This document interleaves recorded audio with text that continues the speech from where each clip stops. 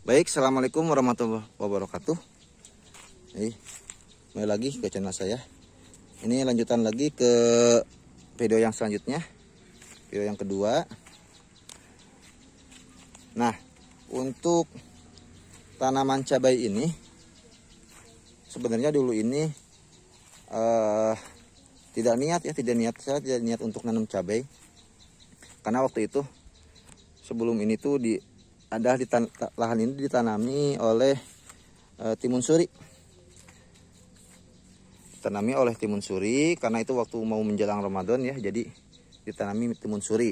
Nah, cuman berjalannya waktu kakak saya bilang, katanya udah sekalian aja nanam cabai. Jadi kalau jadi sekalian nanam cabai, kemudian ada juga timun suri. Nah gitu kemarin tuh kakak saya mau ngurusin katanya, karena kan rumah saya dengan lahan yang ini cukup jauh juga gitu. Jadi kakak saya yang ngurusin. Nah, permasalahannya ini tidak semua cabai itu tumbuhnya serentak ya. Karena waktu itu banyak tanaman cabai yang mungkin pertumbuhannya tidak maksimal karena tertutup oleh timun suri, oleh daun-daun timun suri. Bahkan waktu itu kita pemupukan juga mungkin pupuknya diserap oleh timun suri sehingga tidak maksimal ke cabainya. Nah, oleh karena itu banyak cabai ini yang perkembangannya enggak sama rata gitu. Ada yang telat, ada yang enggak juga. Nah, gitu ya.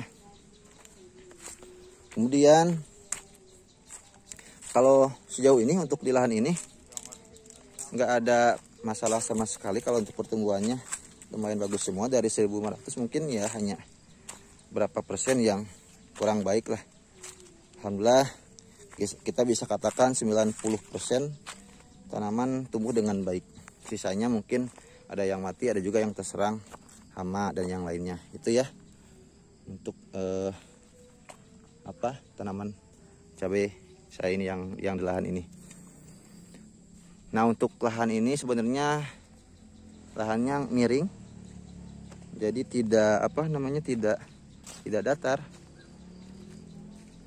Keuntungannya kalaupun musim hujan itu dia air tidak menggenang, jadi mengalir dengan sendirinya sehingga aman. Cuman kalau untuk kekurangan lahan ini adalah karena miring, jadi untuk pengambilan sumber air untuk semprot, spray dan juga siram tanaman cukup capek juga karena harus membawa ke atas ini ya. Ini kayak perbukitan lah lahannya, miring-miring kayak gini. Walaupun sebenarnya untuk sumber airnya itu ada dekat dengan lahan ini di bawah. Kita tinggal ngambil aja di kali untuk sumber airnya.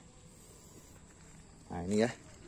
Alhamdulillah 3 bulan kalau menurut saya ini cukup baik lah.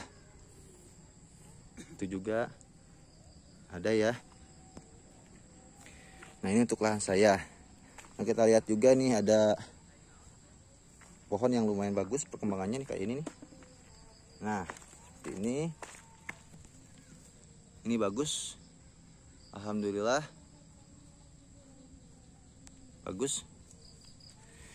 Nah, saya perhatikan ini nggak tahu kenapa juga ya, untuk jenis cabai ori dan PR cempluk ini, kedua varietas ini, saya perhatikan semuanya pohonnya itu nggak ada cabang.